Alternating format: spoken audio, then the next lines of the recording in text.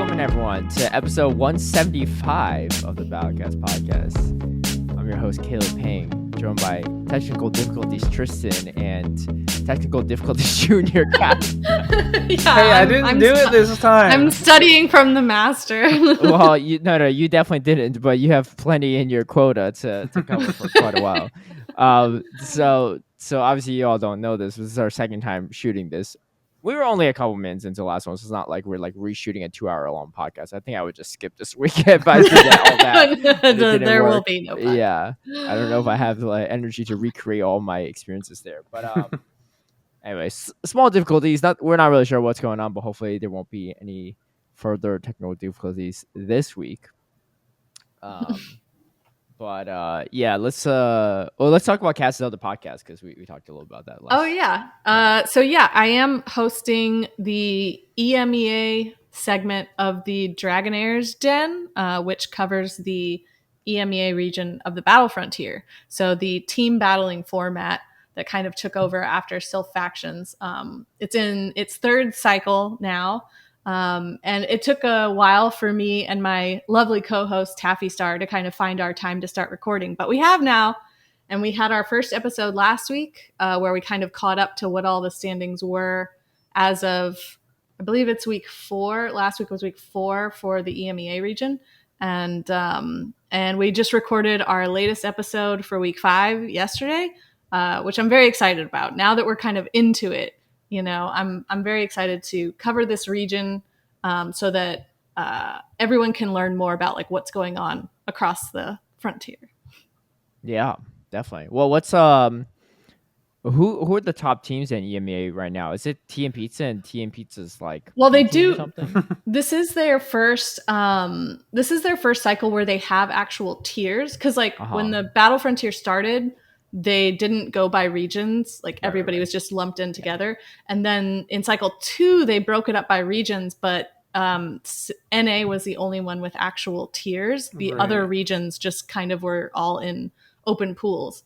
And now that the pools have been sorted through, they have been sorted into, I believe it's legendary, champion, elite, expert, and an open tier. So 5, is that 5? Oh my God, math is hard. Yeah, that's 5 total tiers. So at the top, like in the legendary tier, yeah, you've got the LU, EU Emperors, Infinity All-Stars, and like 2 Tea and Pizza teams that are always kind of at the top every week. I saw a screenshot this past week where it was like the only 2 undefeated teams were Tea and Pizza, but maybe they're in a different tier. No, they are in that tier, but they also they are in that tier. There are several. It was a selective screenshot. It was a selective screenshot because one of the other results hadn't been input yet, so it's like one of the other teams was actually like above them or tied with them, but because that score wasn't entered in, it was like a selective, like, oh, we're on top. Yeah, crafty. Currently, the only undefeated team in the legendary tier is Infinity All Stars. That's the team with like Tauntaun and who else is on that team? Dunebug, right? Oh yeah, I think Dunebug. Dunebug's not on the team? I think Dunebug is on that team. I think he is on that one. Sorry, I was getting it confused. With like LU, EU Emperors. And there are 2 Tea and Pizza teams in the legendary tier, but there are also like other Tea and Pizza teams in the other tiers. Yeah, Team Pizza is like a whole franchise now. Swabblies of Europe. No, Dunebug. Yeah, Dunebug is on Infinity. Also. Yeah, he's on the All-Stars. Wait, who else is on that team? I know it pretty I'm just looking at their most recent week. So Dunebug only won 5. I don't know who that is actually. Bonnie, Matty Z's. I don't know if I pronounced that right. Kristen's X whatever. Oh, the Spanish guy, right? He's like pretty young and really good, right? Isn't he friends with Patamon? I think that's maybe, yeah. Name's familiar, but I just can't like put a name to a face. Elone and C. Leonardo. I think Patamon and Tauntaun are both on the team as well. They just didn't play last week. Yeah, that sounds right. I have a couple other good players too. Sandadu is also on that team. Yeah, right. Yeah, Tauntaun, as well. Patamon. JW Naldo. LNDS Bernardo also there. I'm just looking at their like team I page remember JW now. Bernardo as well. Yeah. So yeah, quite a stacked team in and of itself. But I mean, all the legendary teams, like the more you start looking at them, the more you're like, oh, I know that name and that one and that one. Yeah. So Team it's a lot of Pizza really has good the Anacor battlers. guy. Still waiting for that poisonous thing to come through. And my co-host Taffy Star, she's on Cold Love for the Win, that is also in that bracket. So she has a lot of experience like battling with all those guys. So does she draw the logo? I think so. Yeah. I haven't asked her yet. I'm gonna have to ask her that. Art style. But yeah, I'm I'm gonna have to ask her that for next episode. time. Oh wait, yeah, no, it says at Taffy Star at the bottom logo. Okay, yeah, great. It's cool. I was like 90% sure, to my credit. Wait, who else is on Cold Love for the Win? They actually had like a shakeup between cycles, so like she said they got a lot of new members over because there was like cycle 2 and then the battle tower for people that wanted to try and fight through all the technical difficulties that were going on before. She's a fellow Ultra League player too. Yes, yeah, she plays exclusively Ultra League. So that's where she. Mikey Morgs is on Cold Love. Okay. Just looking through all the names: Joe Vember, Jake Clark, Sammy P, Neo Magnus, Dr. Abdul Rahman. I don't recognize personally like some of these other names, but like I said, she said that they had kind of a lot of new members join in between cycles. So gotcha. But yeah, so she can offer like a lot of insights on that tier, which is really nice. And then I actually, in our first episode, I actually spotlighted. I wonder if you remember how we were kind of briefly covering the tower, and you found out there was a team called the Battle Kittens, and you were like, what? Oh yeah. What's that about? Yeah, I don't know. I don't know what their deal is. I still don't. But I kind of highlighted. Yeah, but I kind of highlighted their match for week 4 because like they didn't do well in the tower, but that was like the first time they joined the Battle Frontier. They were a brand new team joining the tower, and they like didn't do well, but now they're at like the top of their bracket. So they obviously like picked up some tricks and they're doing a little bit better now. They're down in the podcast, learning a lot, you know. Yeah, they're down in the open tier, but I just thought that was really cool. Even though I'm still wondering what their deal is. Like, did they hear the podcast? Were they inspired? Like, what? Please tell us. Dude, there's a guy on Team Pizza Hidden Powers called "Give Me Your Arms." That's hilarious. What? I've never heard of this person before. My God. That's such a funny username. I love it. All right. Well, cool. Well, awesome. Well, more Kaz content, so feel free to. Yeah. If you want to learn about other regions in the Battle Frontier or team, play in general, it's us and the NA podcast right now. So yeah, have a listen. Where can they find you all? The Dragonaire's Den is the official like site for it, so you can find links on Twitter, but it's also posted where all podcasts are posted, so Apple, Spotify, iHeartRadio. I don't know. Are we on iHeartRadio? I think so, but I'm actually not sure. I can't remember if this podcast was or my old podcast that I had with Nightwing and Noah. My God. But it's possible. Yeah, and I think a lot of people legit use that platform though, which is why I asked, yeah. I don't personally. The full podcast name is Enter the Dragonaire's Den. If you're trying to search it up on Spotify or Apple Podcasts or whatever. And I believe their Twitter handle is just Dragonaire's Den, so they'll post all their links there as well if you're over there on X. Sounds good. Cool, awesome. Well, let's head over to this week's topics because there's a lot of events and a lot of stuff that happened. So we're going to start off with you know how we do it in Dynacats podcast. We're starting out with some Dynamax Monday right here. Woo! Which is like kind of interesting. I gotta bring Steve's enthusiasm for Dynamax. Let's go! I love it. Steve, you hearing this? The update. So this is funny. The title of the event on the thing is introducing Max Mondays to max out every week with Dynamax. Isn't this just like a play on Max Out Monday? They literally have all the words in it. They have Max Mondays to max out, right? Like someone at night they thought they were funny and just plagiarized. All those M's sound so good. A community thing, but I don't really care. I'm not mad about it. I just think it's funny. Max Mondays start November 11th. 11/11. And for 1 hour every Monday evening, a different feature Dynamax will take over max battles at power spots. I actually don't think this is a bad idea. I think it's kind of cool. Dynamax Charmander for the 11th. It's 6 p.m. to 7 p.m. So same thing as like Spotlight or Raid Hour, stuff like that. Dynamax Drillbur, which Drillbur new? Yeah, that will be a new one. Yeah, yeah. it will be a new one on the 18th. And that one is going to be a good one to focus on because of the Gmax and Dynamax Toxtricity during the Go Wild event. The Drillbur is gonna like resist all because Toxtricity I think is electric poison, so it's gonna resist the electric, resist the poison, and have double super effective ground moves. So like that'll be a good one to prep if you're trying to do those Toxtricities during the is it Go Wild event? I don't remember the name. It's something funky.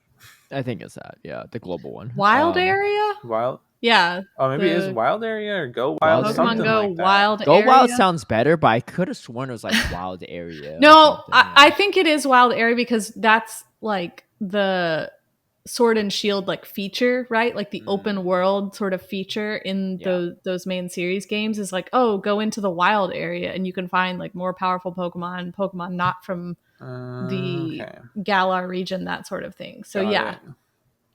So we have Drillbur, and then what's after that? Bulbasaur, and then Squirtle starting December.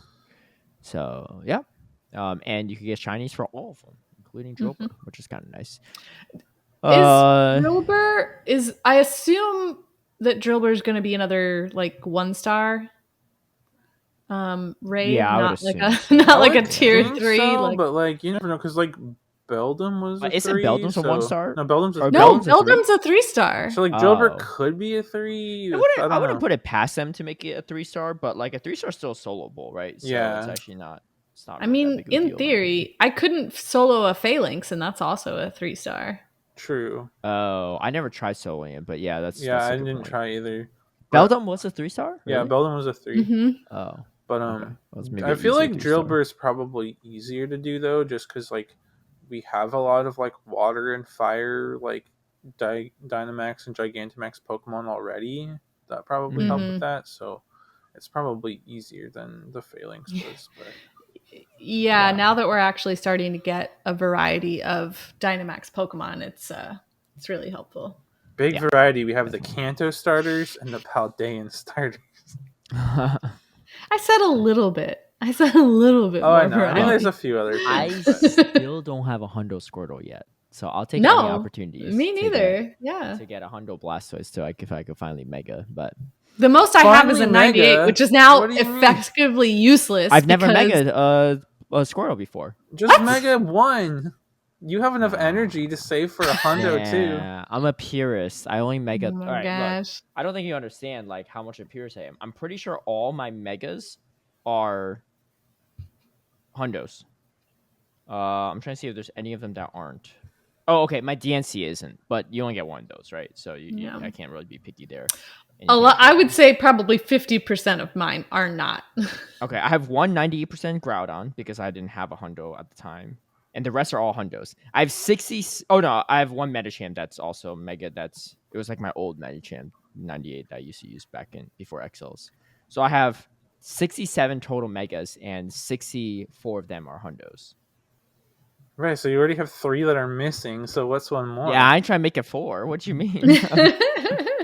I got a 98 Blastoise with the sunglasses, so there's no way I'm losing that opportunity. I actually think I have one of those too. Even though when you mega it, the sunglasses just magically vanish, which is like sad. a missed opportunity. I think they just don't want to have to decode all that. Yeah, I have a 98 Blastoise with the sunglasses too. Wait, but how's your shiny Mega Dex going, Caleb?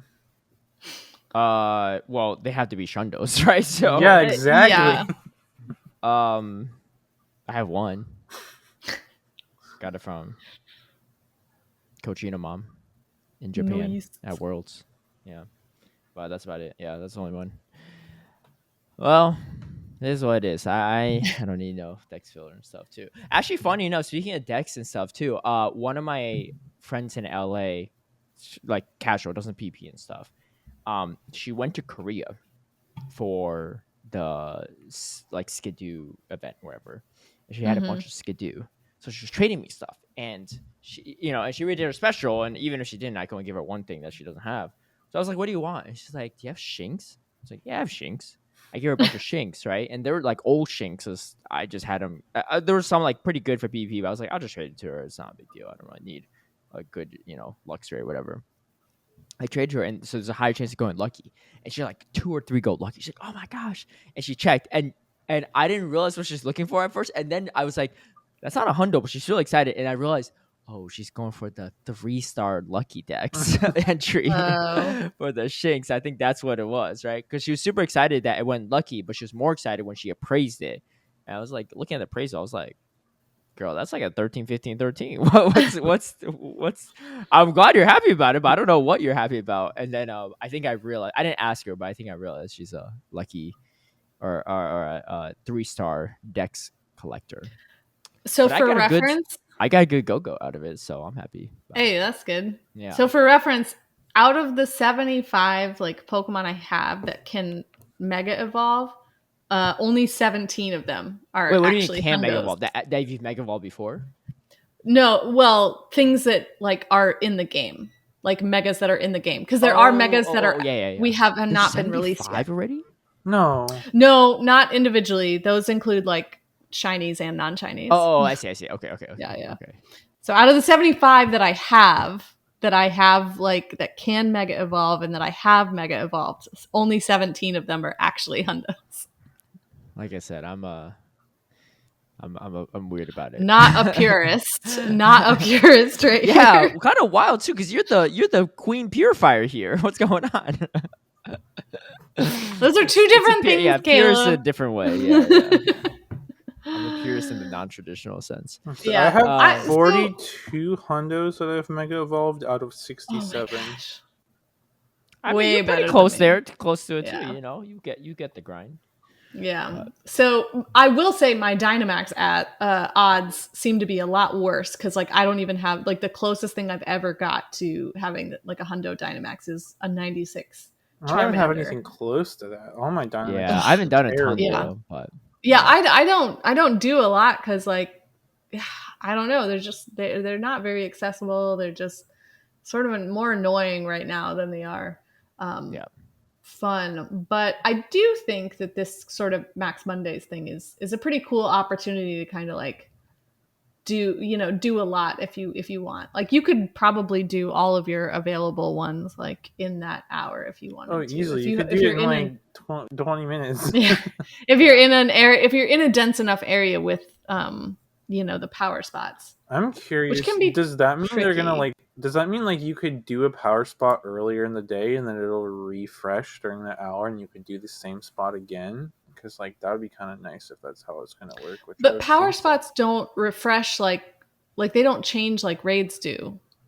Right, but if they're saying every power spot is the same Pokemon, it has to refresh like that, right? Because it's like but if you've already done one and like placed a Pokemon there, I feel like that spot is just gonna not be available anymore. Because like true, maybe. they just don't refresh.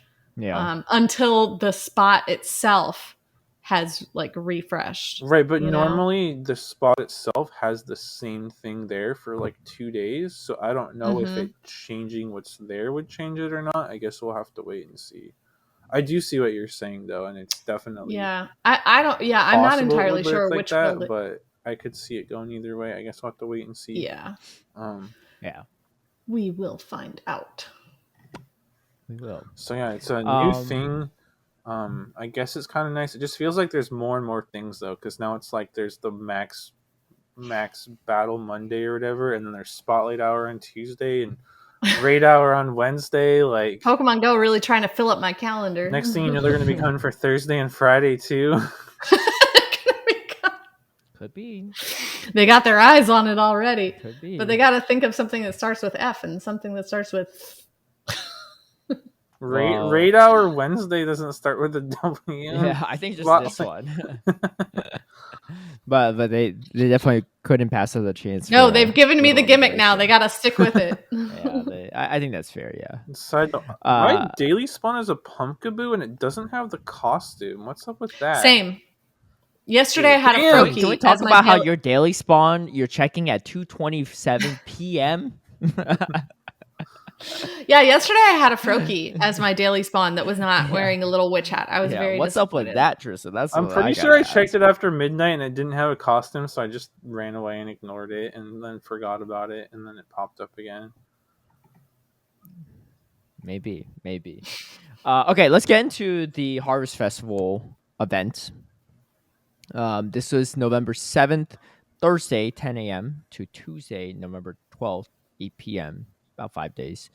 2 times candy for catching Pokemon, increased chance to encounter shiny Pumpkaboo, and no costume, Tristen. No costume. And the Mossy Lure modules will attract different Pokemon during the event, such as Alolan Executor, Snorlax, Pumpkaboo, and Smoliv. Fantastic, super rare Pokemon, of course. And then wild encounters, otters, bunch of random stuff that isn't relevant, I think. Yeah, what is this? I mean, I guess this is a harvest, but that's pretty much it. There's nothing crazy. Wait, is there a new shiny? Shiny Smoliv is debuting in the game. So that's why Smoliv on those Mossy Lure modules is so important.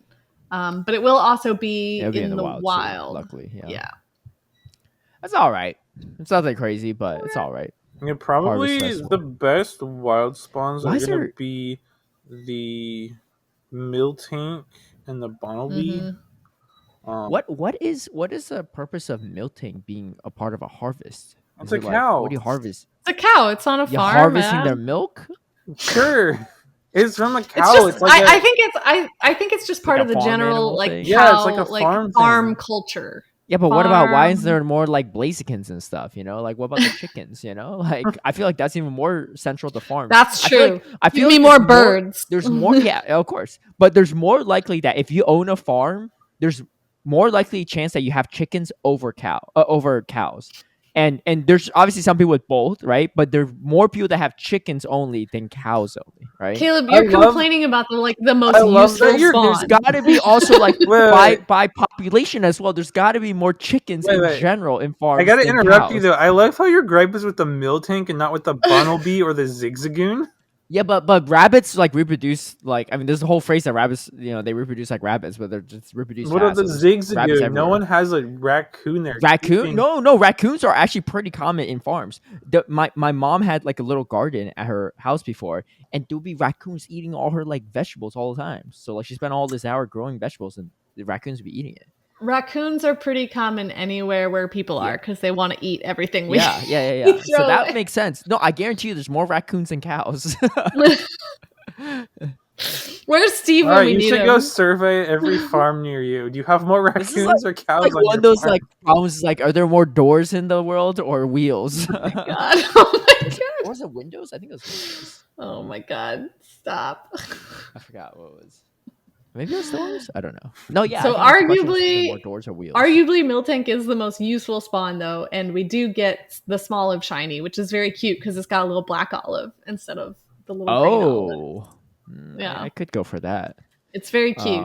It's like the Wooloo. I like the Wooloo shiny too. Yeah. I actually I go. Well, I like it. Actually, this is my own most weird. Useful, right? Digger speed. Well, it's the olive on its head. What the heck is the actual? I thought Smoliv was the olive, but what is the actual thing? It's just like the root. Do olive roots look like that? Maybe it'll be featured in Kaz's corner next week when Steve is back. Yeah. Wait. This is. But yeah, it's very cute. I personally am a fan of when like shinies sort of mimic a like real world sort of dynamic, you know, like we have the green olive, Smoliv, and then the black olive, Smoliv. Like the black sheep. The black sheep is very cool. Talo is another one that I'm a fan of because it's like goes from being one kind of swallow to like another kind of swallow. So based on its coloration, so it's very cool. That is cool. All right, well, get yourself some shiny Smoliv or XLs for Miltank or just a good Miltank in general. XLs for Diggersby if you don't have it yet. Hopefully you have one already, but if you don't, good time to get it. That's true. I mean, honestly, some people getting into the game now like definitely don't have it, right? I know some friends that don't. Yeah, because Diggersby's been really good recently, and I don't really know the last time we had a lot of Diggersby or Bumblebee spawns, so it's definitely a good opportunity for anyone who might not have the XL to get those XLs. Probably last maybe it was during April, during Easter. Yeah, I want to say like during the spring, and it wasn't really nearly as good back then as it is now. It just was pushed out of the meta by a lot of other stuff, so people might have not been hyping it as much. Yeah, and there is some paid time research, of course. It looks like it'll give you mossy lures, incense, lucky egg, and more encounters with Smoliv. So for the shiny hunters out there. Yeah. Speaking of shiny hunters, how'd your spotlight hour go, Kaz? Any luck? I didn't. No, I didn't really participate because I had to record the podcast with Taffy, and by the time I was done with that, I had to go like run some errands. So, alas, I'll still be hunting for the rest of the week for my Rowlet. And how many days do you have left? 3. 3? Okay. I think. Bad. 3. I think. Okay. No need to panic yet. We will check in next week. I'm not sweating. All right. For November, we have the content update on what's going to be. So just a little preview. I'm not to go over everything here. Lugia makes it back in the raids, and then we have the Dialga and Palkia making it back in the raids with Roar Time and Spatial Rend, which is you have a chance. It's not guaranteed. I was gonna ask how. I don't even care. Like the chance thing is annoying, but it's even more annoying that you can't elite TM it. You know, it's gotta be. I feel like one or the I wonder other. What the. I wonder what the chance is gonna be. Right? You know, because like I remember it seemed really low, like of getting the one that you like didn't pick. Yeah. You know, during the I've seen some Shundos that I don't feel have like I was gonna say I feel like it feels so bad if you get a Shundo and you don't have the move and you're just like, well, what do I do with this now? Again, if this is like a monetary poll and you want people to do more raids, why did you just should have kept the remote raid passes how they were? You know, right? Like this is my message every time, right? Like if revenue was ever a concern, why did you kill your biggest revenue source? No, because like the remote raid passes, like being the price they were, like was so good, people would just easy spend that money, right? Like just. No problem. I wasn't even a big raider, and even I did. At times, you know. I definitely did, especially because like a lot of my closest friends, like that I met here in the Atlanta area, like have now moved. So I'm like, I still want to raid with my friends. The thing is, I used to raid more just in general, even not remote raids. But like on Wednesdays, I have a group of friends that want to do more raids, so I would just drive out on Wednesday and go to a bunch of gyms and just invite. I remember I would invite 10 people per lobby, right? Like max out my lobby. I had like it down to a science, and now like no one could do that. You know, like I was spending more regular raid passes too on top of it. But yeah, definitely is what it is. You know, I'm sure I could sort of all the different excuses and not all the arguments, rationale and stuff. Millions of times.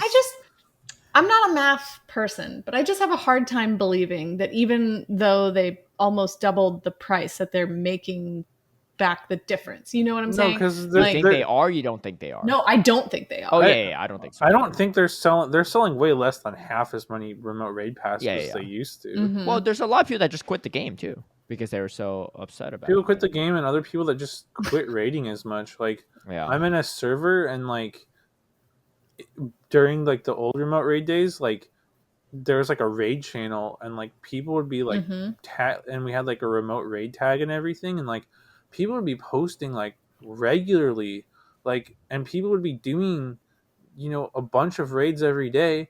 Now I get a ping from that channel like maybe a couple times a month at best. Like the amount of remote raiding happening has like just gone down exponentially. Like it's crazy.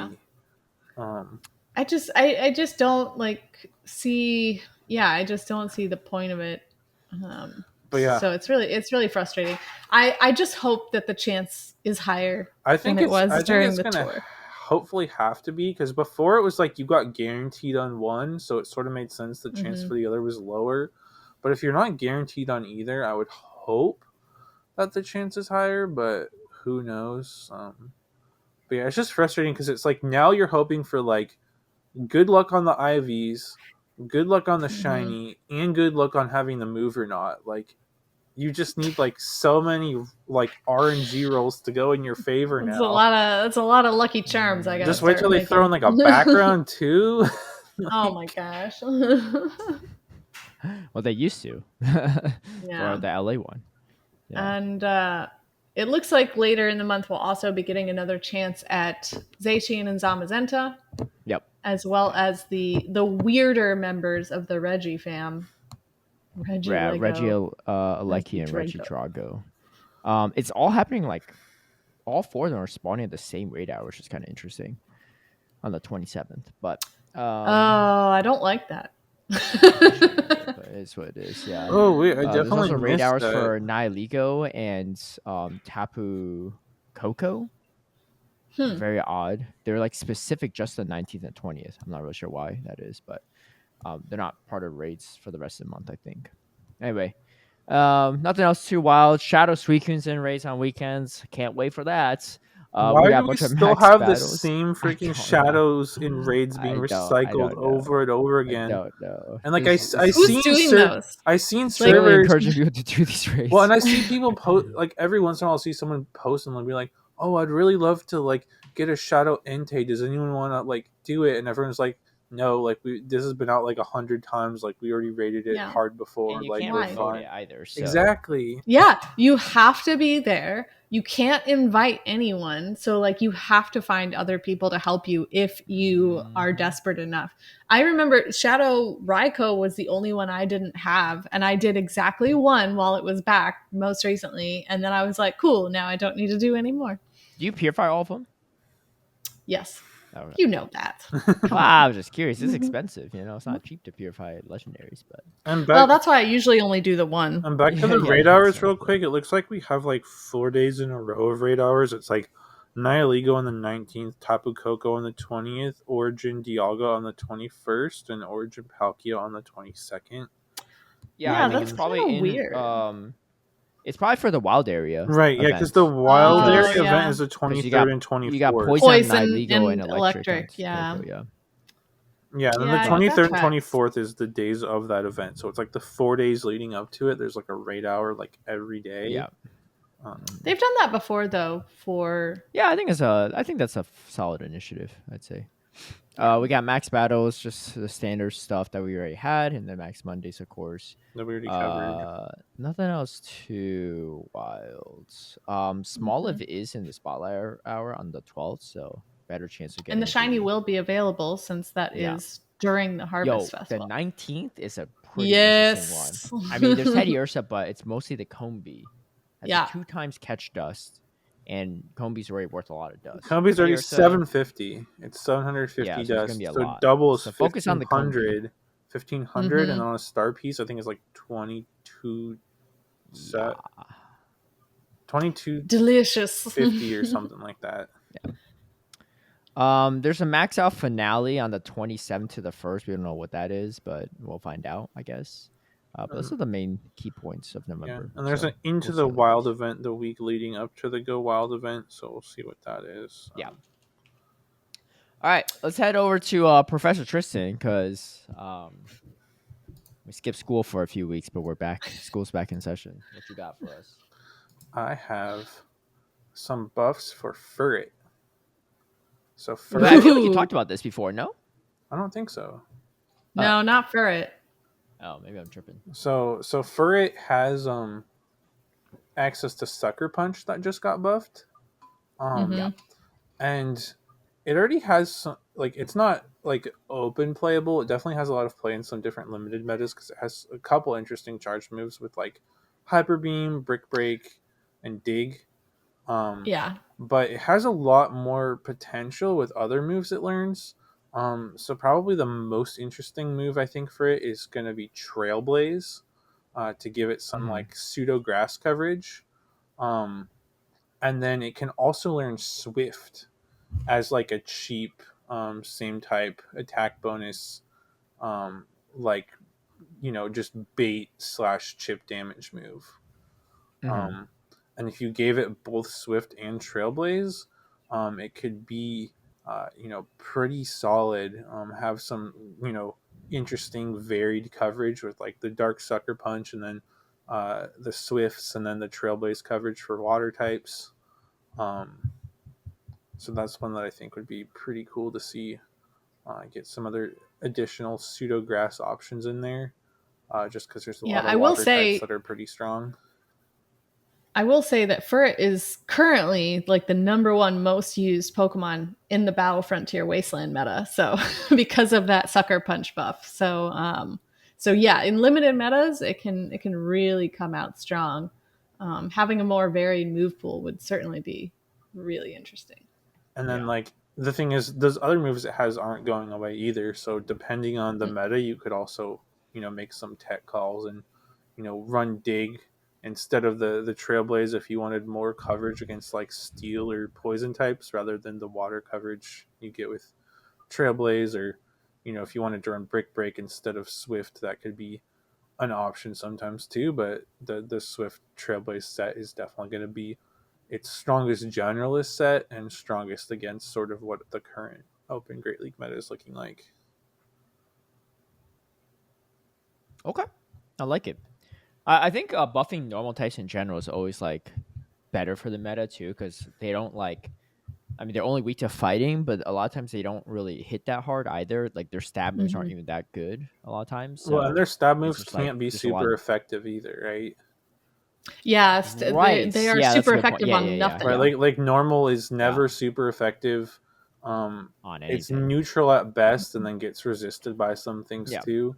But then you have like that interesting coverage with like the Sucker Punch lets you hit basically anything that resists normal for at least neutral, because you're hitting like steel and rock for neutral, and you're hitting ghost for super effective.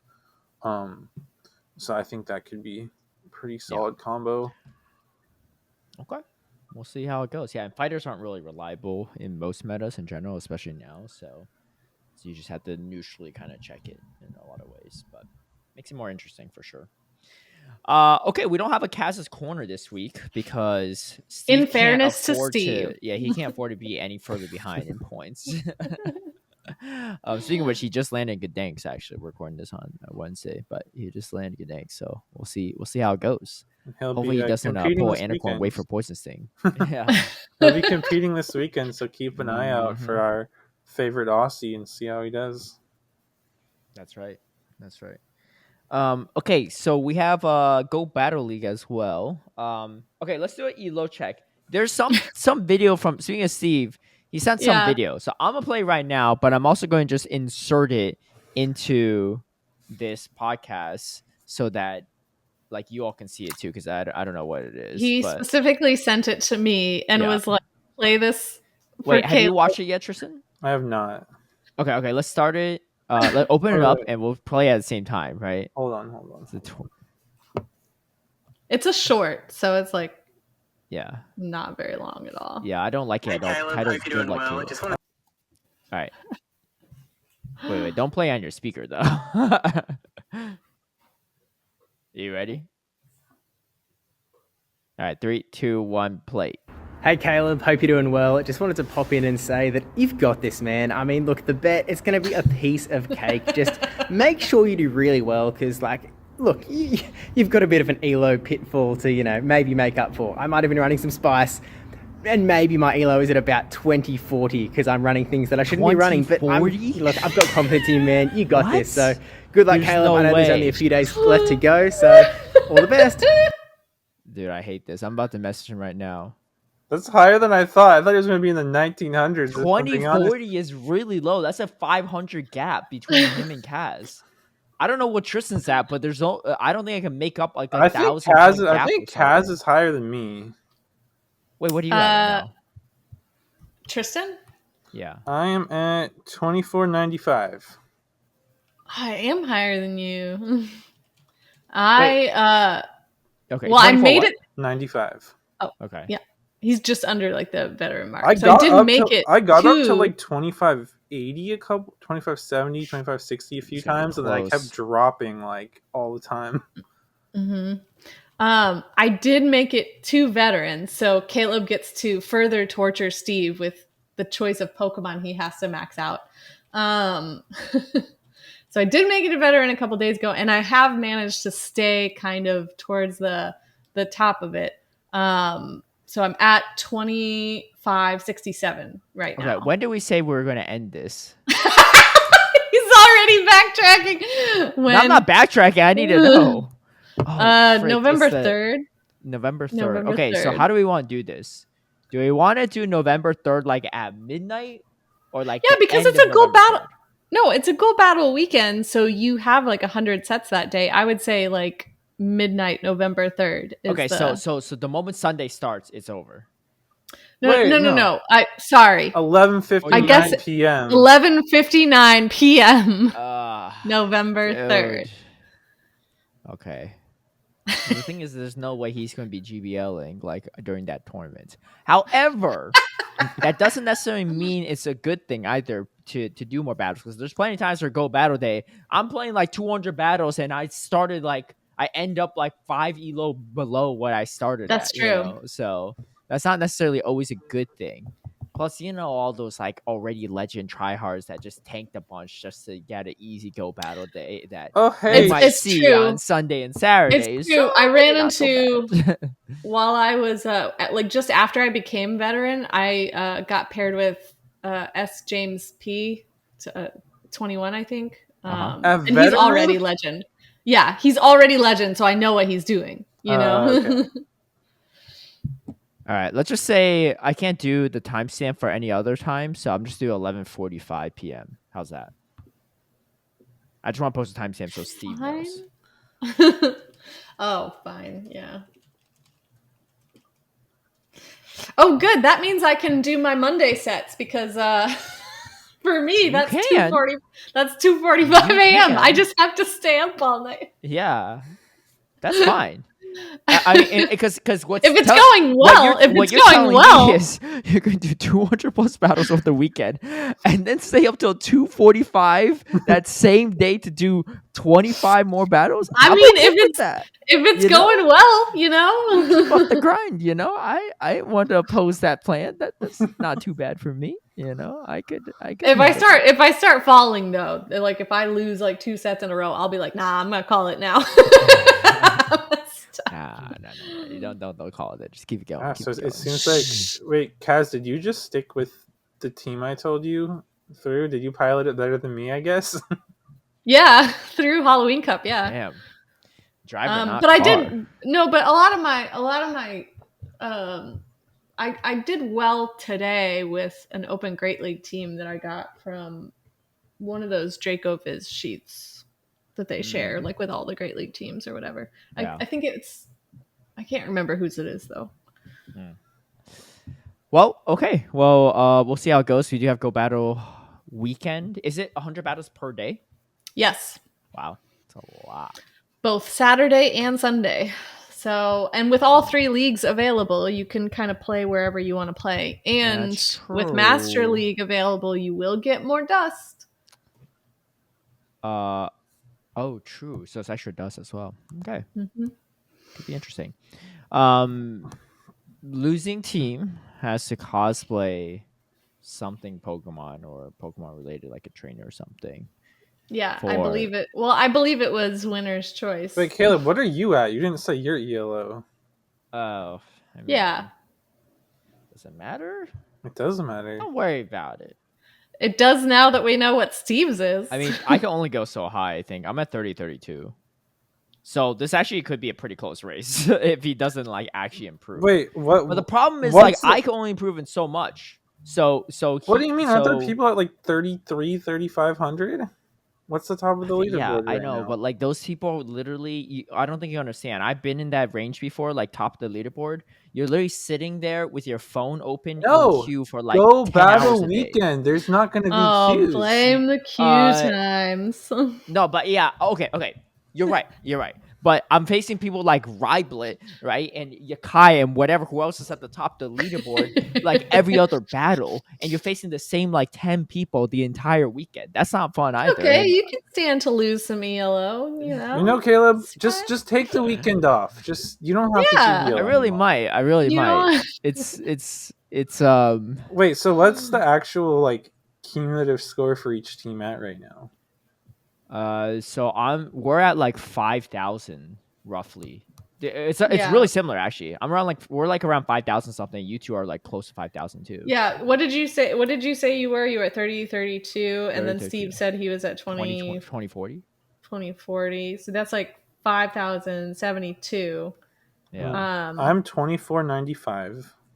2495. Dude, these teams were well made. I literally have 1,000 point gap over my partner, and we still might lose. Oh, Tristen, me and you are at 5,062 right now between the two of us, and they're at 5,072. It's literally a 10-point difference. That's pretty nuts.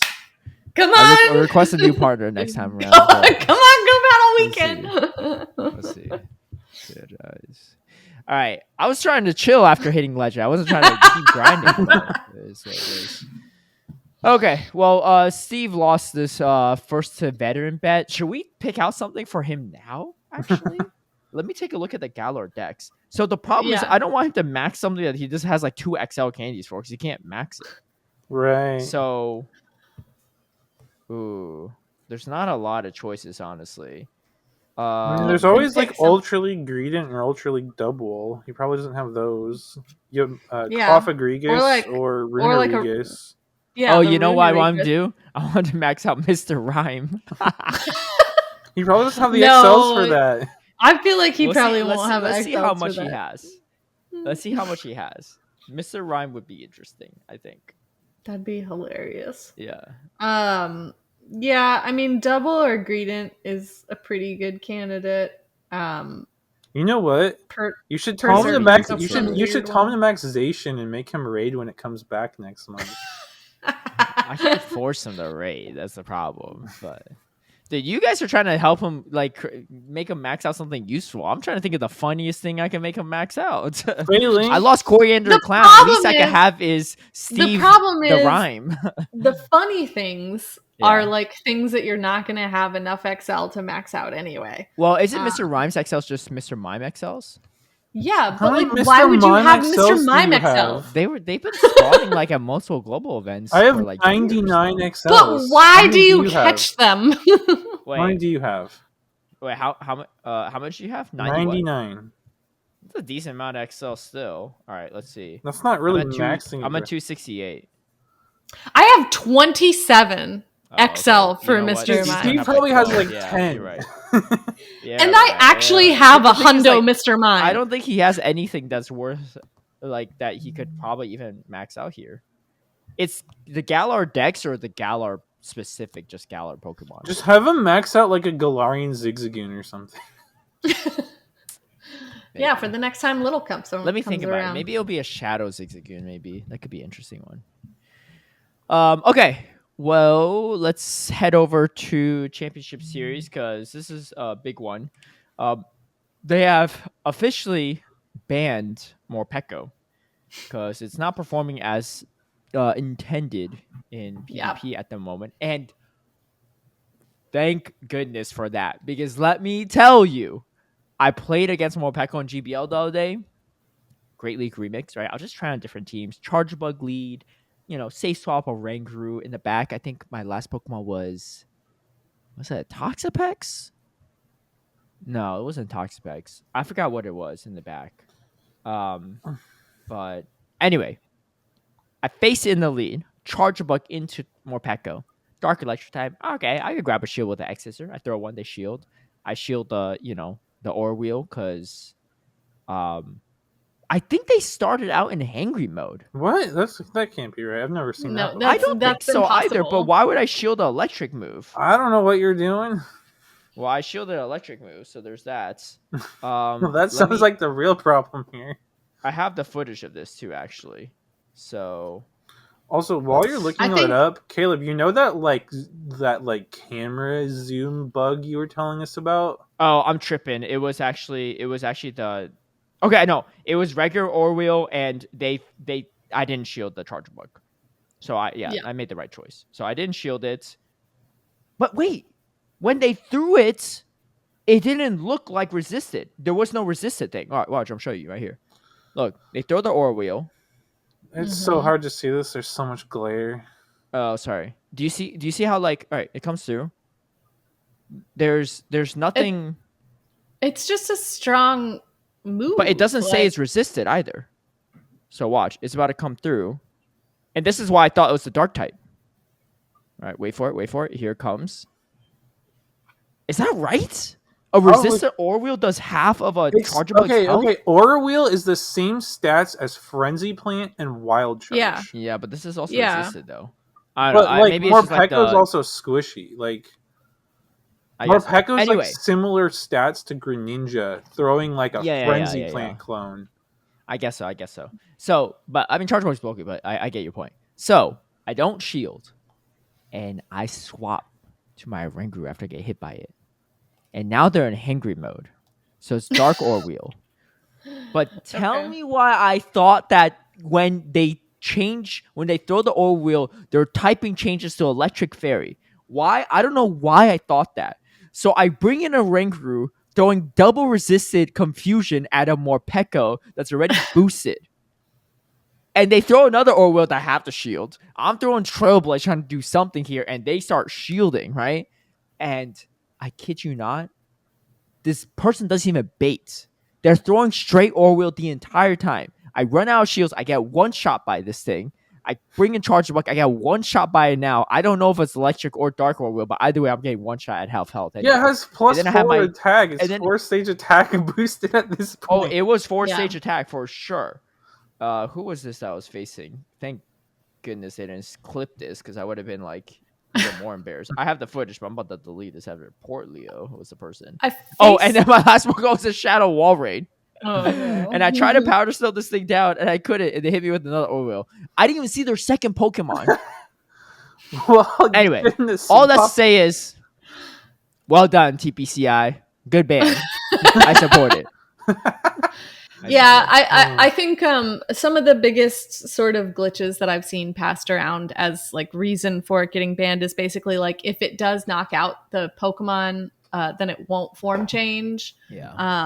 Yeah, that's the biggest and there's also problem, really. With there's also all sorts of one-turn glitches and so that camera registration zoom, errors, that camera zoom bug that Caleb showed us, that happened to me too. Oh yeah, and I was using a Guzzlord. So my Guzzlord is taking up the entire screen. I can't even see what's happening. Tell me you have a screenshot of this. No. Well, I mean, we can just recreate it. In general, when Guzzlord is on the field, it just sort of overtakes everything. Because I was using one in the Halloween Cup, Tristen. So they whenever I was throwing an attack, doing my little charged moved animation game or whatever, I was seeing the perspective through the body of the other Pokemon. I was seeing my Guzzlord through the mouth of a Victory Bell or through the mouth of another Guzzlord. It was so absolutely absurd. Because that's how big the Guzzlord is on the screen. Right, and the game just doesn't Guzzlord, compensate. Right? After this glitch, the Guzzlord was the whole freaking screen. It was so absurd. And then the other I never ran into that. The other one that I've heard of is I believe it's after you your opponent throws a charge move, you're supposed to be able to get a 0-turn swap, right? Is that how it works? Yeah. Apparently. Yeah. Well, either. It could be you or your opponent. Yeah. Well, apparently, with Morpeko, because of the form change, makes it so you can't get a 0-turn swap. Yeah. Which is also so there's tons of inconsistent weird mechanics. weird little things like that. So I mean, the championship series banned it, but maybe chaos will reign later in the season. Hopefully it'll get fixed and then maybe unbanned at that point. I mean, it does seem like, I think that it seemed like very strong in like Halloween Cup with not a lot of counters, but like in Open Great League, there's more things to deal with it. So I think it would be like a fun, like, it'd be sort of like a Shadow Charizard back in the day. Like, I think it'll have potentially a lot of play, like be very hard hitting and threatening, but like still manageable if you build your team right. Now I will say I didn't realize that it learned Outrage. So in Halloween Cup, my opponent safe swaps some Morpeko. I come in Guzzlord, like, oh, I'm chilling. I can just tank all these moves, no problem. You resist. It just freaking one-shots me, loses switch, loses the game. I'm so sad. It learns a surprising amount of moves, because doesn't it also have like a grass type attack? Seed like Bomb, Seed Bomb? Yeah. Oh my god.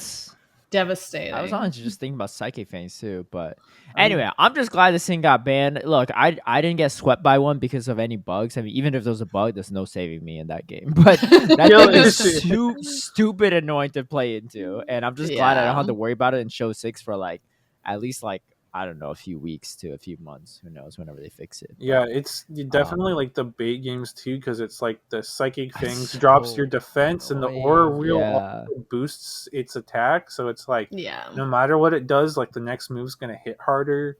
And like, I was talking to one of my locals, and he said that he was in an Inadequate's practice tournament and it was allowed in that one. And he said that thing is broken. But obviously I didn't play. I didn't play against one Show 6 myself because I haven't done a practice tournament, but I've seen a few people trying to use it in like the Open Great League, and I just don't think it has. I mean, it has more counters. Tristan's right. There's just I don't think it has as much. You didn't see my game versus because you would think otherwise if you were on my side of things or their side. But and also to mimic the championship series, the Battle Frontier did ban it as well. Yeah, let's hop over to the Grassroots actually, because that's pretty much it for a championship series. But yeah, it is banned in Battle Frontier, so good on them, because I honestly wouldn't even want to face one in Ultra League if someone had the Hundo and access to make one. Like that thing would be not fun in that league either. But we also had the conclusion of the Unified Tournament, and Gorilla Garbodors won it. And I think, if memory serves me correctly, they were also, well, they used to be called something like Grotesque Sausages was their username, or like a lot of the same members. They used to have a team called Grotesque Sausage. It was like a Gengar eating like a hot dog or something weird was their logo. But I think they were the first team to ever win Go Team Up as well.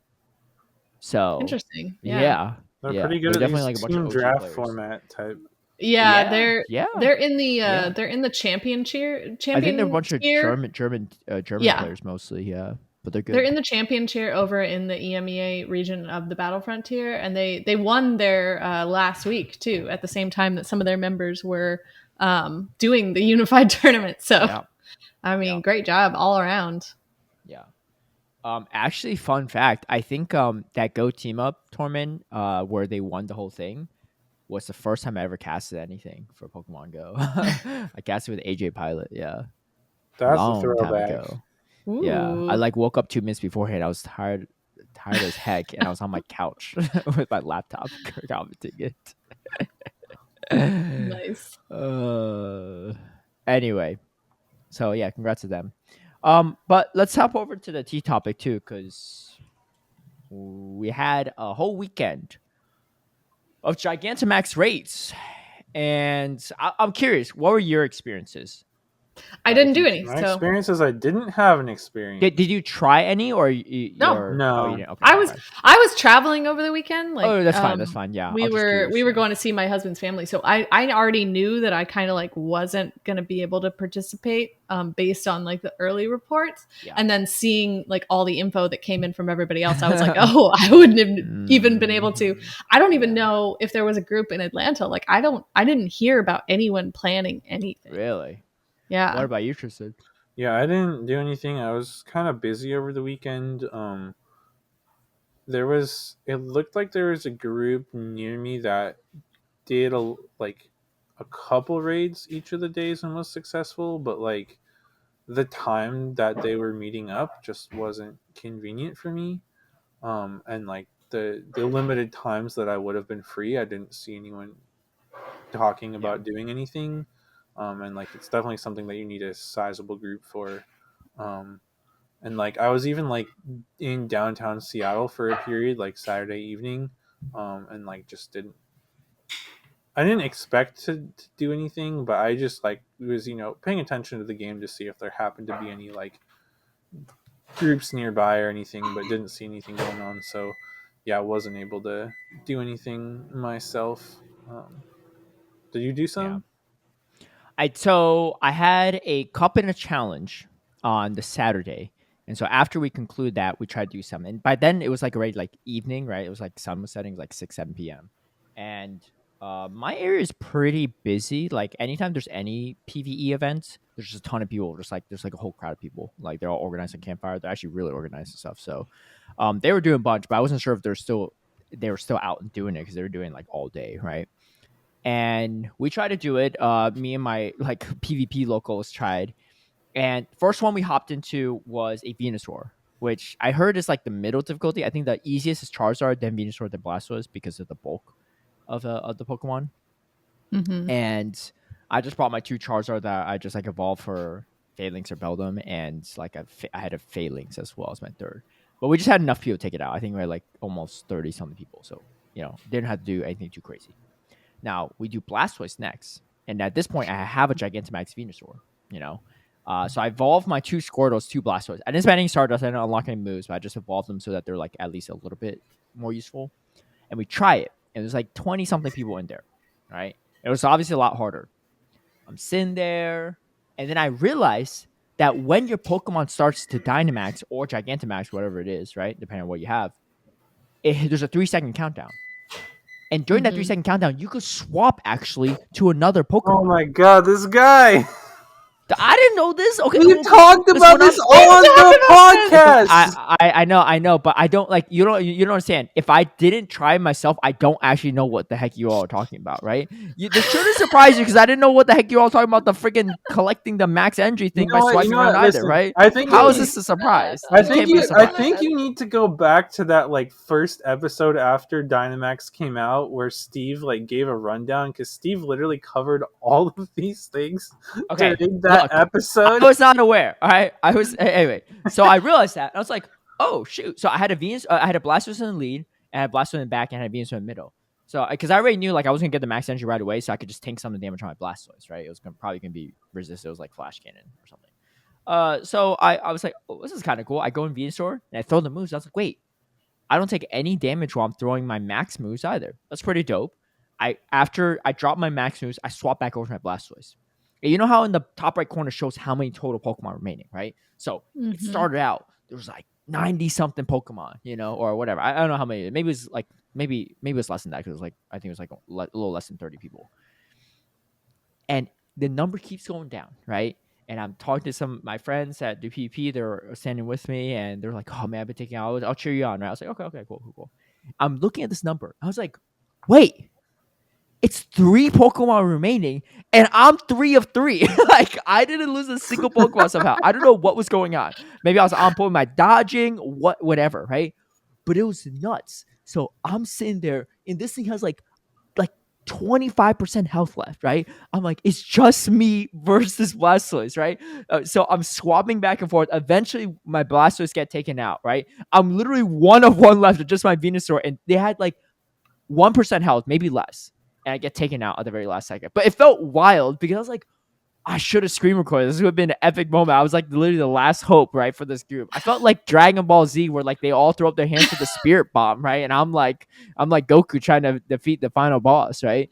But then I was like, because all my PvP friends was like, wait, what? You're 3 of 3? How? I was like, dude, I don't know. Like, because none of us are really that into Gigantamax. But all of a sudden, everyone's like, wait, this is actually kind of cool that like you're doing this. And then so we hop back in, and I tell them what I did. And the next time around, I screen recorded this time too, just to see. I eventually got taken out because I couldn't figure out, like, dodging in Gigantamax is really tricky. It's really weird. Super finicky. I think the first time I did it, I just got lucky when I was doing it. But the second time, I couldn't dodge anything. I was trying. I was like swiping nonstop, but still getting hit by everything. And while you're swiping, dude, you're not really building up your max energy either. So it's like slowing my progress down even more. So I got taken out there, but someone else that was in our group, like, I told him how to do as well, and he was like staying alive long enough to actually take it out. And then I actually went home and made my Gigantamax video on YouTube. I was like, look, I don't usually do PvE content, but I thought this was kind of cool. So like, I saw that video today, and I was like, oh my god, Caleb, really doing a video on Dynamaxing when you have not been listening to a single thing we've said. Yeah, the visually impaired leading the blind here. Okay, that's me. But anyway. Yeah. Wait, so how did it work? So I didn't spend any Stardust on that one. But how did it work though? Because it was like lobbies of 4, right? I didn't. So yeah, so it's kind of weird. So when you load in, you can see, like, when you do like a regular Dynamax raid, you can see the avatars of the people with you, right? Yeah. Up to 4. Mm-hmm. So you can still see them, and if you press on the avatars and hold it down, it shows the levels of the players. But there's also, it shows like how many people in total. So it'll be like, oh, there's like 10 players out of 25 ready or something. If you click on that area, it brings out a whole like catalog of all the players and what groups they're in. Right. My point is, like, how does it work in terms of, like, you're in a group, but everyone's still working together? Like, how does that? I think for the groups, I think, if I'm not mistaken, I'm not fully sure on this, but I think the max meter is a max meter of your group, not just yourself. So when the max meter, when you're Dynamaxing or in the, or Gigantamaxing at that point, when the max meter is full, everyone in your group is also Dynamax or Gigantamax at that point in time. So you're all pressing your max moves. And I think, like, you can't actually throw the max move until all 3 other players also press it. So there'll be like a delay sometimes where I'm pressing it and it's not going off because I have to wait for them to press it. Anyway, it's nothing like, I think it's honestly just coded in there because I don't know why, but it might be like easy for Niantic to handle the amount of players in the lobby, I guess. I don't know. That's just my speculation. I have no idea why they actually broke it down like that, but that's generally it. And then the cheer factor is, once you get taken out, you could cheer. And I think cheering helps increase the max meter, which is why when I was like 3 of 3 and like 2 of 2 and 1 of 1, I was like Gigantamaxing like every other second because everyone else was cheering me, or most people were, right? That's taking out. Some people might have just left the lobby at that point. So I was able to Gigantamax even more, and that's how I was able to stay alive and like avoid, because as long as you're in that Gigantamax or Dynamax form, you can't get hit, So I was able to stay alive a little bit longer doing that. But anyway, all that's to say is, it's still a huge pain, and it takes a lot of people, and I'm honestly lucky because I live in one of the biggest cities in the world, and even we struggled, right? And the next day I tried, on Sunday, I have like 1200 MP, right? Max particles, and I couldn't use them because I'm hopping in these things, and there'll be 15 people, and then they just hop out at the last second because, like, well, that's not enough. We kept going from 0 to 15. I sat under the same Gigantamax Charizard because I don't have a Gigantamax Charizard. I have a Blasphemy Venusaur, but I'll try and do a Charizard as well to get the trio. I was sat underneath it doing the Gigantamax Charizard for like 15 minutes, and it couldn't work because people kept hopping out the lobby, right? Because they weren't confident they could do it. And to be fair, we probably couldn't. I don't know. But in my mind, Charizard is the easiest because it's the most frail. So maybe we could have, but it doesn't matter because the moment 5 people hop out, the rest of the 10 aren't staying in there. The annoying thing with that too, though, is like Gigantamax and Dynamax battles are different than raid battles where you only use the particles if you win. So you don't have to like be worried about failing or not, because if you fail, like, all you did is lose some time. Like, you're not actually spending resources unless you win. So it's like, for some people, that's like a big enough waste that they don't even want to go into. But you just said they sat there for 15 minutes hopping in and out of the lobby. Like, you should have just given it a try. The other nice thing about that is that because you don't use the particles unless you succeed, you can also like hop in the lobby and check out what the moveset is, and if it's one of the harder movesets, like, your group can always move on to a different one. Like, if you're trying to do like a Venusaur, like, if you're using all Charizards, then you'd rather face like a Petal Blizzard one than a Sludge Bomb one, right? So if you get Bomb, you can move on and find a different Venusaur to do or whatever. So there's definitely some benefits there as well. Yeah. But yeah, from what I heard, I think it apparently was also even harder when it first started in like Australia, New Zealand, and they, I think, adjusted the difficulty a little bit. I also heard that like the healing one, what is it, Max Spirit or whatever, is apparently very useful and valuable. It sounded like a lot of the groups, especially smaller groups that succeeded, had like would try to have like one dedicated like healer per like team of 4 to help keep like, you know, they'd have like 2 or 3 like, you know, damage focused Pokemon with like the high max attacks, and then they'd have one healer to just try to keep them all alive. I heard was like apparently one of the better strategies that a lot of people employed. I definitely saw reports of people, you know, sort of coordinating in a way we're very much not used to with Pokemon Go, because you don't have to do this with raids. Raids is just like attack, attack, attack, attack. But there was definitely like a level required here of like getting specific groups of 4 like together, like you're saying, so that you have the ability to heal, and those with those like actual powered up Pokemon could actually attack. Which is engaging, right? I see how that can be kind of a unique new experience for this game. But if you don't give people really any warning, if you don't give people like the opportunity to you know, use their resources properly, with information about how these are actually going to be completed, then yeah, it's going to be incredibly frustrating for most players. It's so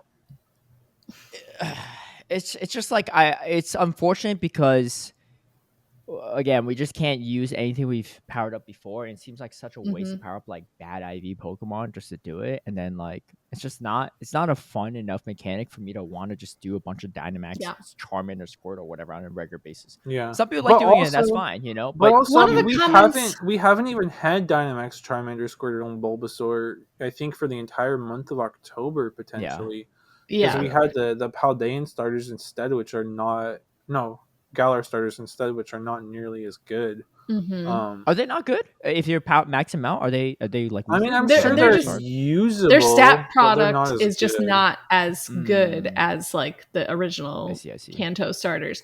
And then also like you also don't have like the subtypings sometimes help as well.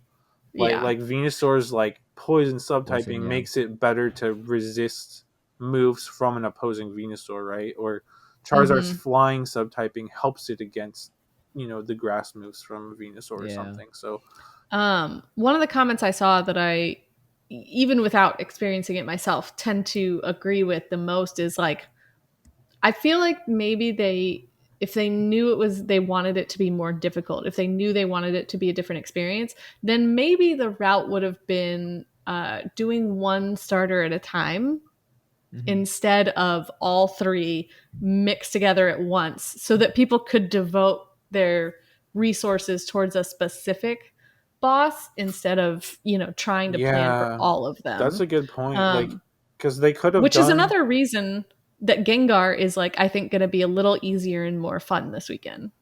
And to go back on what you were saying, Kaz, too, like they could have done it like 3 weekends in a row, and it's like first say it's like Charizard, and people can prep their teams, and then they can get Gigantamax Charizard, and then the next weekend could be Venusaur, and people could use their Gigantamax Charizards for that, and then they could do Blastoise, right? You could do it in like in a sequence that would help people as well. But Arceus knows they don't want it to be easy for us. But yeah, the Gengar will be interesting. From what I've heard some people talking about, it seems like Bite Crunch Greedent is probably going to be one of the best counters for it. Which is also annoying because that's not around right now in Dynamax rotation, so you can't even go grind. Yes, it is. Wait, it is? Yeah, Squovit is actually out right now. I thought it was Beldum and the I thought I saw one today. Oh, you might be right, actually. It's possible. I think you're definitely right. I think it maybe wasn't a little bit ago, but anyways. Yeah, so you probably want to do Ghastly for one, and then like 2 normal times for the other to resist the moves, and then potentially, yeah, the and you Gengar's have the just Ghastly gonna for the die damage, so quickly, but yeah, but so you use it when you're Dynamaxing, right? Right. To use it, yeah. True. And then I also saw people saying that like Bite Blastoise can be pretty good as well. Oh yeah, that can be interesting. If the Gengar has Sludge Bomb, you can also use like Zen Headbutt, Psychic Metagross. I think the Bite is okay, but the thing is, most of your damage actually come from the max move. So yeah, but the fast max attack move, you do... no, but the max move matches the type of your fast move. Your fast attack. Come on, Caleb. You're really surprised I didn't know that part. But you were just... Oh my god. So yeah, if you're using a Bite Blastoise, then the max move would be Dark. Yeah. Which also is why like a Mudshot Greedent could be really good, because then you get the ground type coverage against. But you can also just spend a few fast TMs this weekend. I could do that. Yeah, I guess you could. At least that's one thing that they're doing is using our fast TMs instead of our charge TMs. Yeah, I don't hate that part. But yeah, I guess my thoughts in general is like, because there is a lot of like mixed discourse online. I think there were some people that, mostly the people that had big enough groups to succeed, enjoyed the feature, and a lot of other people that weren't able to do it or had a hard time with it didn't enjoy it. And like, I think that like I like the fact that it's challenging. I think it's interesting to have more aspects of the game that require some more thought and skill and preparation, because like we said, raid battles, like usually you can just use whatever, and as long as you have a big enough group, you can just like, I mean, we've all done this. You just stand there, you don't even watch your screen, you're just tapping away and chatting. And even if you don't have a big enough group, you could just finish it with like 3 or 4 people, you know. So it's like, a little too hard, I think, is the problem. Right. Well, so my gripe is I don't mind the challenge. I don't like that the biggest way to beat the challenge is by throwing more numbers at it. Yeah. I wish that there was a way. You don't have the numbers. Right. Like I would love that to see a way that you could, again, it would be challenging and you'd have to use like very good synergy and strategy and right Pokemon. But I'd love to be able to do these with like only 1 or 2 lobbies of 4 people. Like, I think that there's a way to make it challenging without forcing people to have 20, 30, 40 person lobbies. Right? Like, again, I also think what? I also think the lack of communication was really frustrating for a lot of people. Like, a lot of people doing this just weren't sure how to approach something like with all of these new features all at once. And Niantic just like provides absolutely no details beforehand. So you can't prepare until we literally were asking New Zealand and Australian players like what they were doing. That was part of the problem too. And again, because my other gripe that I've said before is I don't like that our resource of particles is both what you use to do the raids and what you use to power up your Pokemon, because it means that if you're going free to play in terms of particles, that like on certain days you have to choose between doing a raid or powering up, like increasing the level of moves on your Pokemon. And so it's like, if you're trying to be free to play, like you were trying to save all your particles from Friday, so you would have your Friday particles plus your Saturday particles to do raids on Saturday. But that means you had to have leveled up the moves on all your things earlier in the week when we didn't know how this was going to work. And like no one knew how valuable like the healing moves were going to be, because all the raids so far that hasn't really been important. That what you've really needed is just to max out your damage.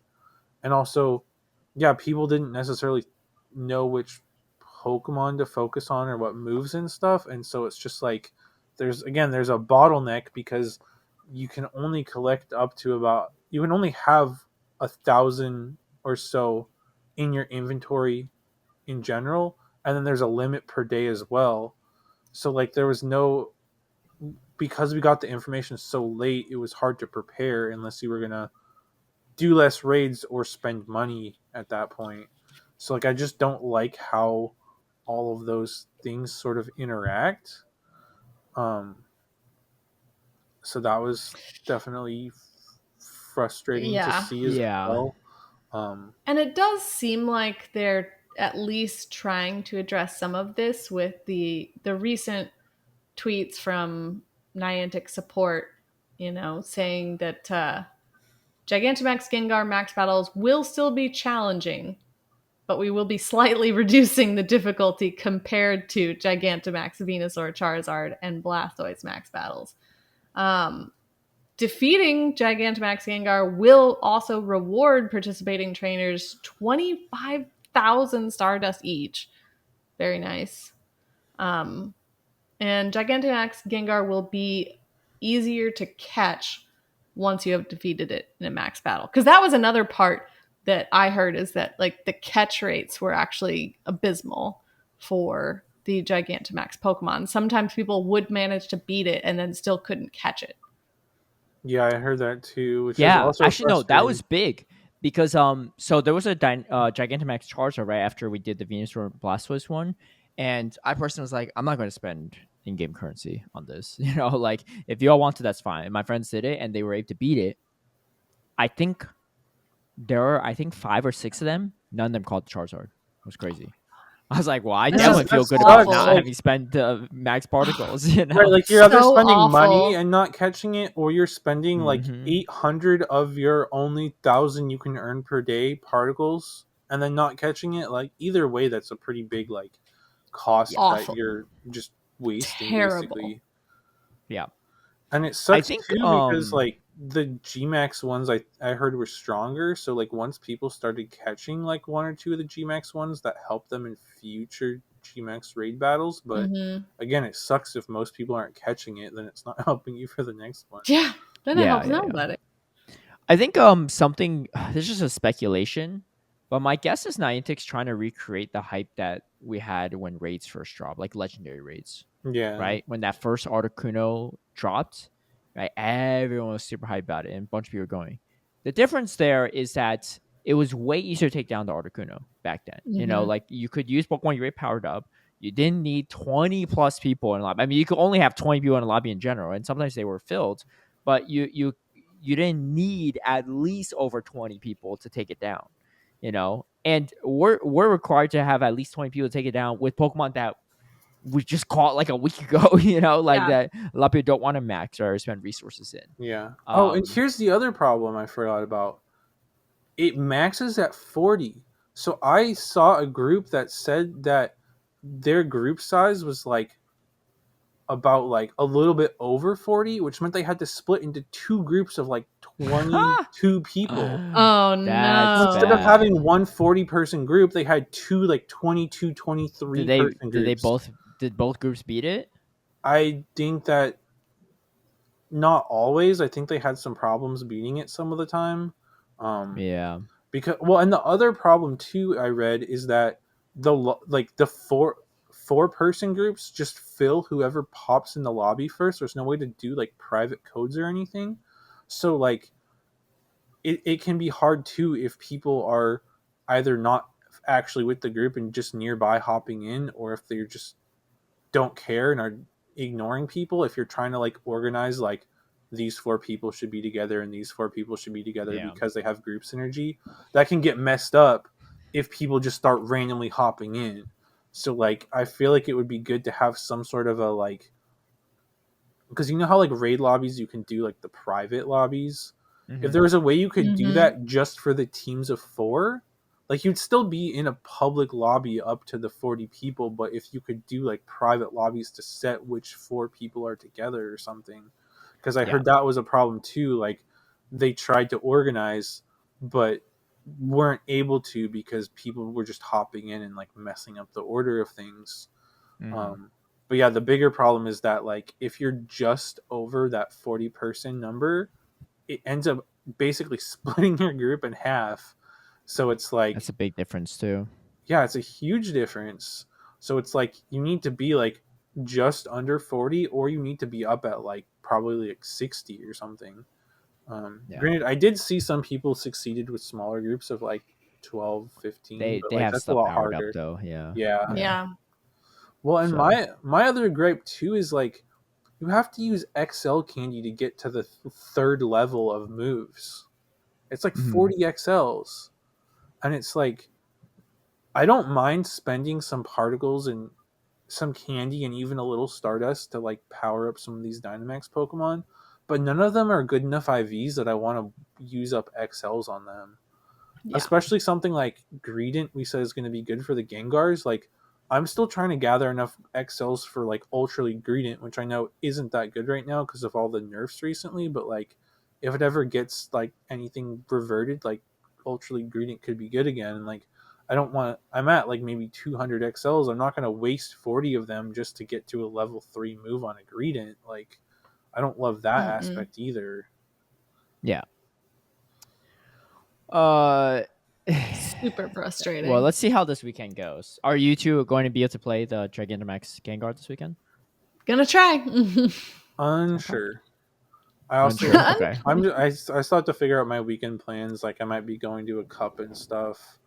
I got some Battlefront tier battles to do. I got some GBLing to do this weekend. You know, sounds like you're playing That's plenty true. of Pokemon Go. Well, Kaz, if you need any tips, stay tuned for my second Gigantamax Okay. PvE video. Oh, tips, yeah? Tips This and is the tricks. second one in the works. Tips and Now that tricks. you've learned some things on the podcast. My whole thing is I didn't spend any Stardust. That was my whole thing, right? Yeah. Me spending a few fast CMs, not too bad, but I will be sure to impart the wisdom I've learned today on that video. Did you know that your max attack is from your fast attack? I do. that's only just to clarify though. That's just for Dynamax Pokemon, because the Gigantamax Pokemon have like a special attack. Oh, special move. Okay. So like if you were using if you use a Dynamax Blastoise, if you had Bite, then your Dynamax move would be a Dark move. But I think with Gigantamax Blastoise, no matter what your fast move is, I think it always has a special water type move. Yeah. So thank you for that clarification, because if I didn't specify that, I'm sure that's a couple YouTube comments that would have roasted me on that. Will you remember though? Caleb's going to be listening back to this recording multiple times. Steel trap. Steel trap. Yeah, the thing is, the problem is before a steel trap the stuff that you all were opens talking right about, after. The problem is before you all didn't go over the trap. I didn't trap anything. You know, nothing got trapped. It went over the trap. But now that it's entered the trap, it's not getting out. It's not getting out. One other thing to note as well is that Campfire obviously has a bunch of check-in rewards and stuff, and one of those is Gigantamax stuff. And something, so you get 800 max particles, which is pretty cool because that happened this past weekend.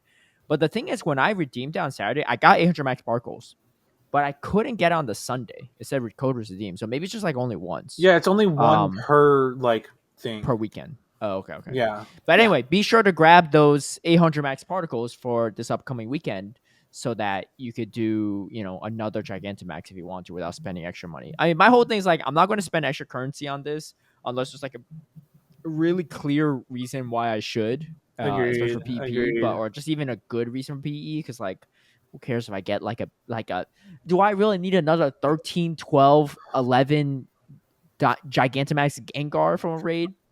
Probably not. And there's not even a chance I catch it, Right. But I do think so that's I also think that the Gengar window is longer. I think Gigantamax Gengar is Thursday, Friday, Saturday, Sunday, I believe. Really? So instead of the Kanto starters were 2 days, I'm pretty sure that the Gengar is 4 days.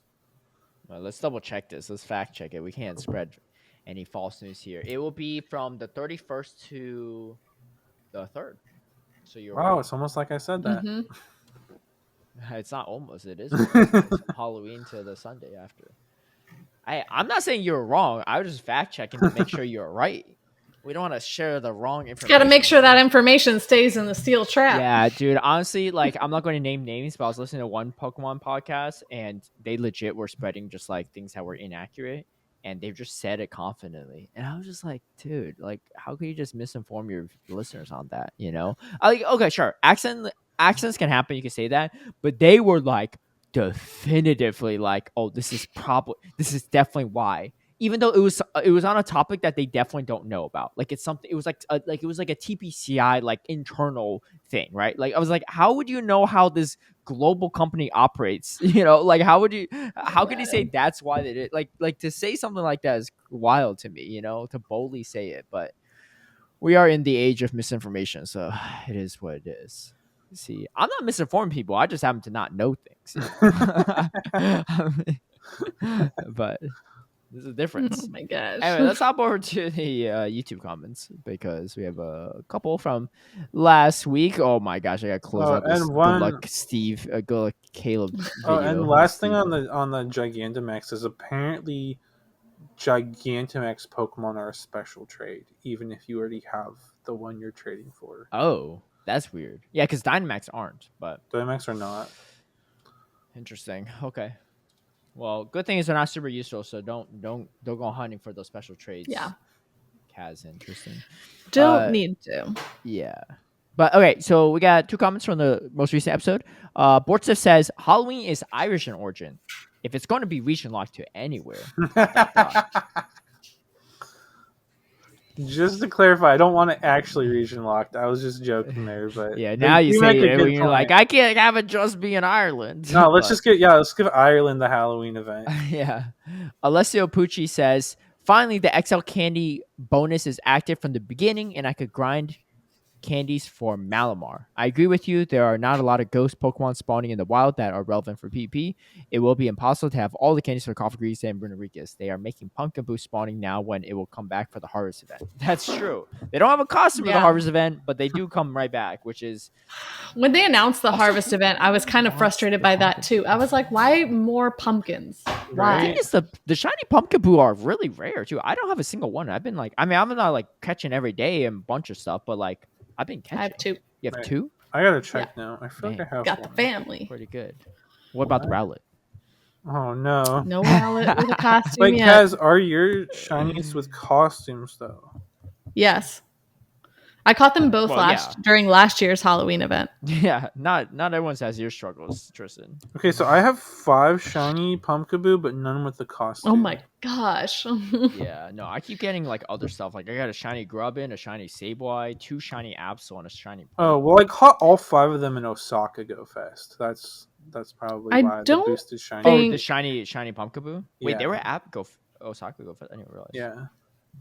Uh, Yeah, so I don't have any with the I have costume, 2, yeah. but I have 5 It's of them. it's a really cool shiny. Yeah, actually, you're right. I caught 1 in Osaka and then 1 in LA. Also, speaking of shinies, I got a shiny Inkay a little bit earlier while we were recording, but someone else was talking and I didn't want to interrupt. Congratulations. Well, that will do it for us. So best of luck on your Gigantamax. It's funny, we're at like the 1 hour 30-minute mark, so it's because we're short a co-host, so it's almost like each of us brings 30 minutes of content. Yeah. But this one's a little bit 2 minutes over it because Steve had that short video, so it really adds up perfectly here. But anyway, best of luck to those competing good thanks, as well as our co-host Steve. And man, this Elo bet is stressing me out a bit. Steve, if you're listening to this, get off the podcast and start GBLing, man. You spend an hour and a half listening to the podcast. And then focus on Gdansk. Focus on your team building and tournament practice. Yeah. Don't worry about Go Battle League. Steve, just Tristen. run Whalmer in Gdansk and use GBL to practice with it.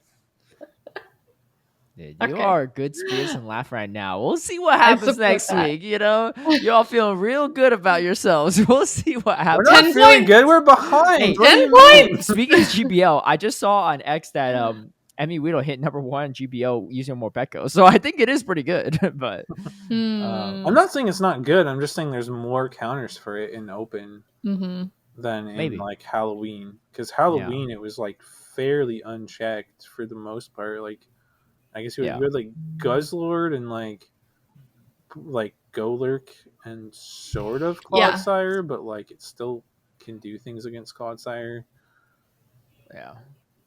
But All right, we'll wrap it up here. Hope you have a great one, and we'll catch you all next week. Peace.